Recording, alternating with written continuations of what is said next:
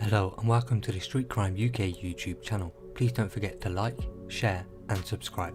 Today we look at a woman who headed up a crime group that supplied over half a ton of cocaine and laundered millions of pounds in illicit cash and who has been jailed for 15 years.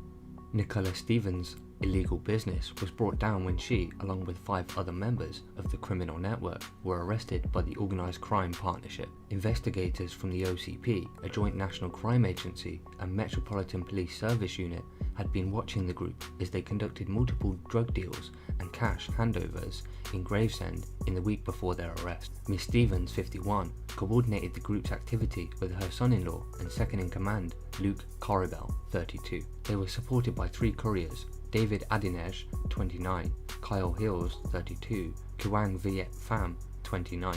Miss Stevens' partner, Philip Spence, 52, helped launder the dirty cash.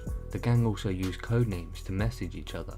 On April 14, 2020, OCP officers watched the couriers meet briefly in Hillingdon Road, Gravesend, before both driving separately the short distance to Mr. Corribel's house in Gatwick Road. Mr. Corribel came out of his house and opened the door to his van for Mr. Hills, who then transferred a large box from his own van to Mr. Corribel's. Officers then moved in and detained Mr. Hills, but Mr. Corribel fled. The box was seized from his van and found to contain 20 kilos of cocaine. A further 4 kilos were found under the floorboards in his house. Mr. Aden Ag also attempted to drive away but was stopped and arrested a short time after. At the same time, Miss Stevens and Mr. Spence were arrested at their house in Rochester Road, where officers seized more than £200,000 in cash, encrypted phones, a money counting machine and drug dealing paraphernalia.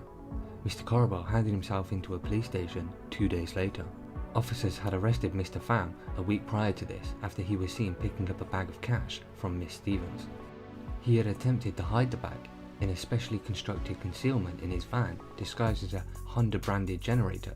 A matching concealment was found in Mr. Ajeni's car on the day of his arrest. The group conducted their business via the encrypted messaging service EncroChat, which was taken down in July 2020 as part of Operation Phonetic. Messages downloaded from their phones showed them arranging meetings to pick up or exchange drugs and money on a daily basis. Upon receiving a message that he was about to be delivered some cash, Mr. Corribel, aka Dreamwalker, replied, "And you want me to take to Mum?" referring to Miss Stevens. In another exchange sent during lockdown, Miss Stevens tells Mr. Adenejiji about Power Royale. "I'm going to look online and buy you all high-vis jackets to make you look like workers." Following Mr. Ajani's arrest, Miss Stevens received a message telling her stay inside. They got Mr. Ajani. She replied, "Who? The police?" and is then told yes, stay in and hide the money. Investigators found that, in total, the crime group were involved in the movement of around 786 kilos of cocaine and £5 million in cash. The total profit of the drugs sold by the group is believed to be at least £27.5 million. At Woolwich Crown Court, a jury found Miss Stevens guilty of conspiracy to supply cocaine and money laundering. Mr. Spence was convicted of money laundering. They were sentenced to 15 years and 9 months, respectively. The other 4 members of the group had already pleaded guilty to conspiracy to supply Class A drugs and money laundering on various dates. They were each sentenced to between 7 and 8 years in jail, but a judge deemed their sentences too lenient and increased them as follows. Mr. Corribel, 8 years and 3 months, was increased to 13 years. Mr. Pham, who received 7 years and 2 months, now must serve 12 years. Mr. Adeniji, who received 8 years and 3 months, now must serve 13 years. Mr. Hills, who received 7 years and 6 months, now sentenced to 11 years. John Coles, head of specialist operations at the NCA, said, "This targeted investigation conducted jointly by the NCA and the Met Police has taken out an entire organised crime group who were responsible for distributing huge amounts of Class A drugs throughout London and the home countries." The convictions mean the last remaining members of the gang, Miss Stevens and Mr. Spence, will join the rest of their criminal family behind bars. Disrupting the organised crime groups responsible for bringing Class A drugs into the UK is a priority for the NCA. Cocaine supply causes significant harm to the public through its links to violence and the exploitation of young and vulnerable people. Through our partnership with the Met, we are able to ensure we are targeting those higher up the drug supply chain and having a significant impact on a local level. Detective Superintendent Simon Mooring from the Metropolitan Police said, Tackling violence on the streets of London remains our absolute top priority. This operation has significantly disrupted the activities of an organised crime group intent on importing and distributing Class A drugs across not just London, but the entire of the United Kingdom. There is an undeniable link between drugs and violence on the streets.